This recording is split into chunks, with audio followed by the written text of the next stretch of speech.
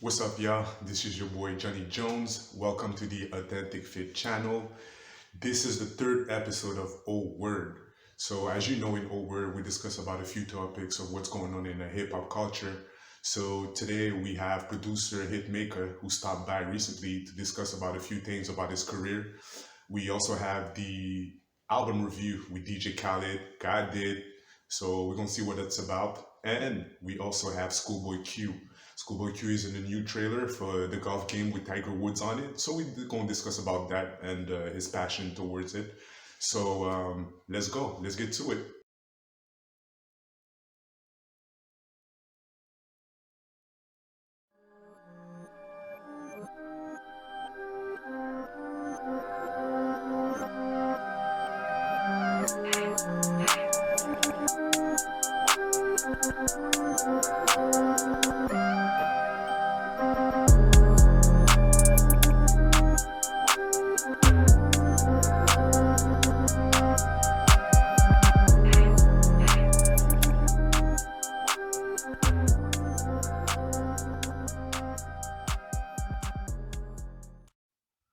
Recently on my expert opinion with Matt Haffa, platinum producer Hitmaker stopped by and broke bread to speak on his journey to his success.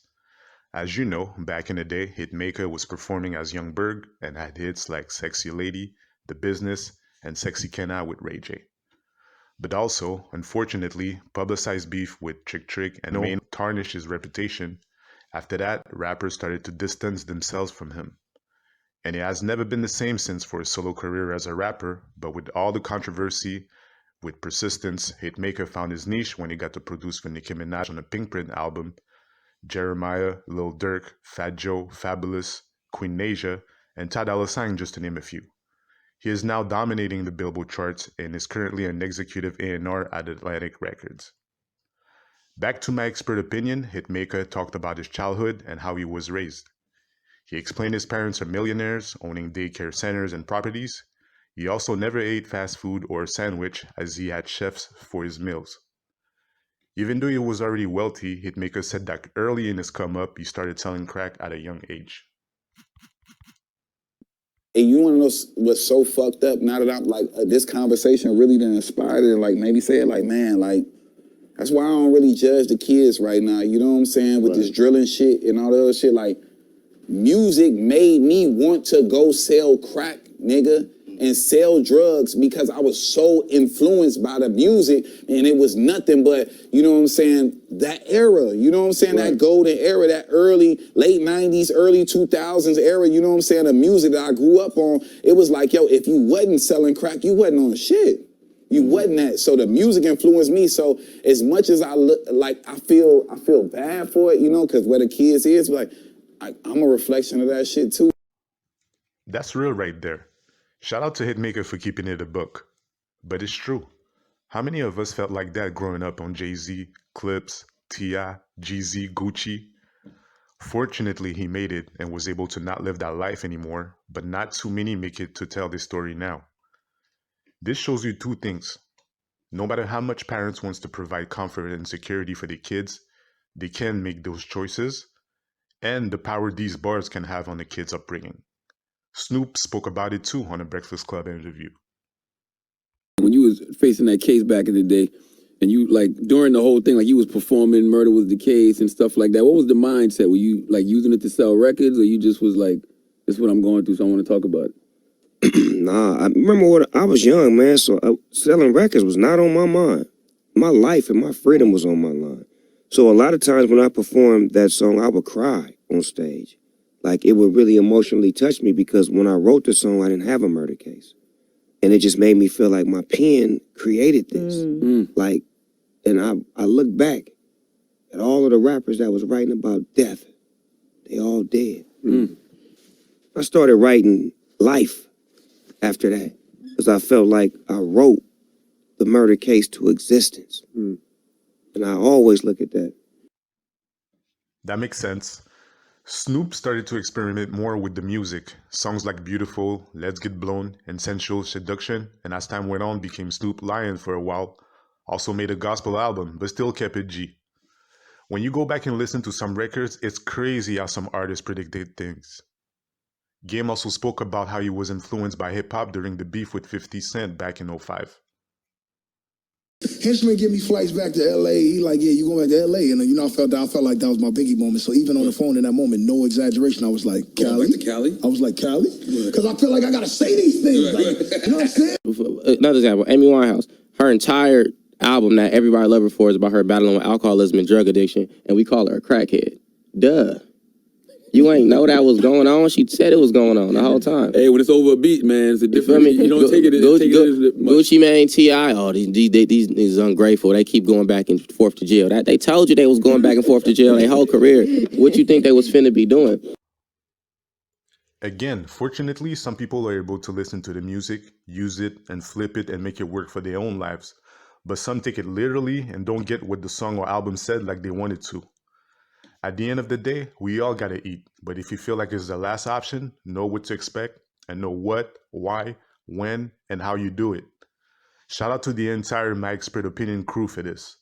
But for real, Hitmaka gotta make a documentary about his life. People will be surprised of how he's come up as a movie and a true testimony. You have to respect his journey and what he's doing now, word.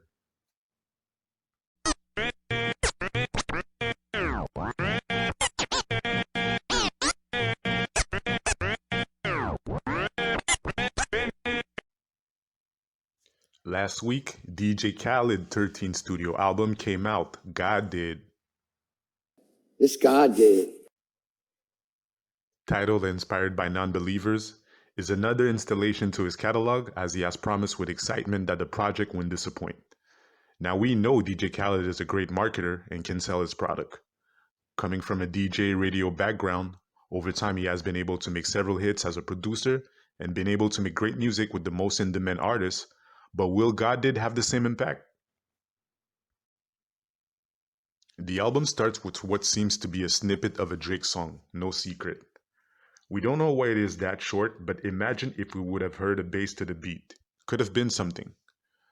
With the album on its way to be released, one of the main topics discussed for this project was Jay-Z's verse on the second song, God Did. Rick Ross brings the energy, Lil Wayne celebrates his undeniable impact on the new generation, and Hove did talk that shit. Hard to say if it's his best verse ever, cause he got so many quotables, but he did spaz on them bars and he reminds us why we love him. When he says, judge it how you judge it, say we going corporate, now we just corner boys with the corner office, I be speaking to the souls of men, those of them willing to die for the existence that this cold world has chosen for them. That's Jay's DNA.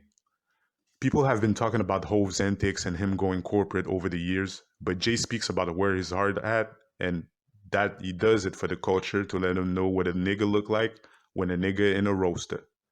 At the end, Jay does realize his snap on the verse. Yes, you've done a hell of a thing on this earth, so you should not be the one to talk. You should be quiet. God Did express his gratitude, motivation for more, can make a hustler get chills and inspiration to prove people wrong. One of the standouts on the album.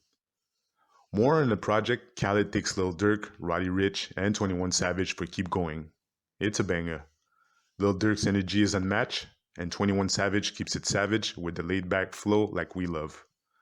I took a Hollywood bitch to Starlight, and I got head at the drive-in, chop a nigga block like a tight end, say you a stepper, who died then? You can ride to it in your car. If Durk and 21 are not talking about doing a project together, they should. God did. So beautiful. Beautiful is another one. Future keeps it real with great melody as he rides the beat, but SZA takes the shine with this one with her angelic voice. She kills the chorus, she could do it a cappella. Bill Spade is a standout on the album. Lato's flow and delivery are on point. It's one of them ones for her. She's only going to get bigger as time goes. The City Girls are the icing on the cake as JT and Young Miami do their thing. The original song will always be on a league of its own, of course, but Bill Spade has definitely its own league too. Like loving somebody like it's like real, so I feel like that in general. In my music, when want to talk about it in music because I'm able to explain myself and talk about it in whatever, you know, in whichever way I want to. Juice WRLD did is one of them ones too. Juice WRLD did his thing effortlessly. It would have been dope to see him do a video or perform that song at a show. His connection to his fans was crazy. That's another one for DJ Khaled. R.I.P. At the end of the day, there are only a couple of standouts on the album. Yes, there's an Eminem and Kanye West song, a joint with Drake and Lil Baby, but it feels like it was more about the star power than making a dope record, and it can get repetitive. They're good, but like the rest of the album, it could have been greater. Streets Know My Name, Party All the Time, and Fam Good were good, but it could have been at the hood anthem level that we love about Khaled back in the day. He mentioned it on Drink Champs that he don't really take advice on the music, it goes most of the time with his gut. It's good that it worked before, but it can't all the time. God Did is good, but it won't have the same impact with the music. But we know Khaled a hustler. He'll get another one. Another one. Yeah, man.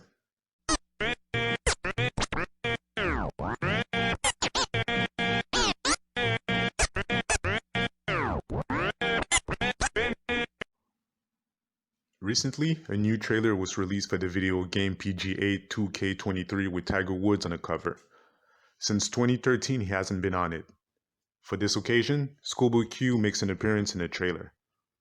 Yo, I got a question for you. Think about it. What would you be willing to do to chase your dream? Would you be willing to follow it to a place where you're not welcome? But it's nothing new though. The TD representative mentions in an article in 2019 that it started off as a bet. 10 G's that he couldn't make a birdie, which is a score of 1 under par, the number of strokes a player is expected to make on a hole or course. His friend gave him 2 years to put it together, but he went on to buy equipment the next day and eventually did hit the birdie in less than 10 rounds. Schoolboy Q has been hooked since. He even takes his clubs on tour and sees it as an improvement as far as his attitude towards life.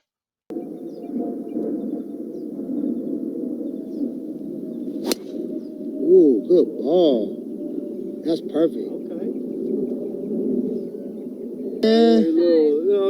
Yeah, okay. Back in the day, it was seen as boring and an old white man's sport, but perception has changed over the years and more people are getting to it.